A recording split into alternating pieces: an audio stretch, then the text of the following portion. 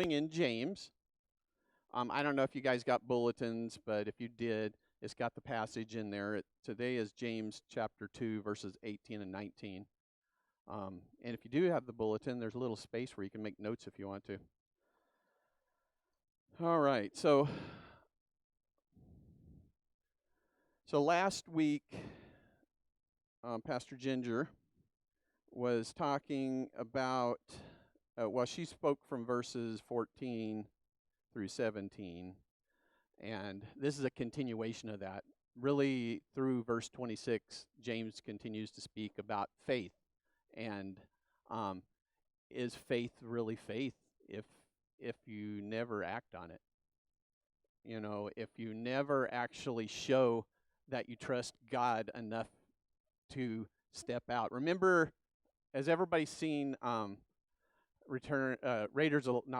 Ark, Last Crusade, Indiana Jones, Last Crusade? No? Well, in that, there's a scene where they get to where it's supposed to be Christ's cup, and they're trying to get to it, and there's like all these people protecting it. But one of the things they had to do was there was this land bridge from one place to another, but you couldn't see it. It looked like it was just a chasm. And he had to step in faith, and he was literally going like this to do it. But and he was having to save his dad, played by Sean Connery. So in this case, Sean Connery wasn't, James Bond and cool and everything. He was just an old man professor that needed people to protect him. So, he was acting on it. He was putting faith to action. But in his case, his faith was in science, in that they had did all this research and figured out all the little things to protect stuff and so forth. But we put our faith, our trust, our reliance in God. And sometimes we think God lets us down. As we grow in God and we feel like we need something and it doesn't happen, that can impact our trust, our faith in God. We think that God's let us down, like he didn't do something for us. Kind of like when we're kids and we think we really need these particular clothes, or we need this type of cereal and things, depending on how young you are. And your parents decide not to do it. They like look at the cereal and it's like 3/4 sugar, or something or other. And it's like, no, I'm not going to bring this home. And you're like, oh, I hate you. Yeah. Me, when I was a kid, they had stuff in the boxes. There was stuff inside the boxes that you could get prizes, and that was like more what drove me. This was, of course, like 50 years ago. But it was like, okay, I didn't really care what it tasted like, but there was this cool like boat in there, man, that you could like put in a mud puddle and it would actually run. It was like, hey. Or if you got like 4 or 5 box tops or something, rather, you could send off for it. They always sent it to you, and it was a cool thing. So for me, that was what drove me as a kid.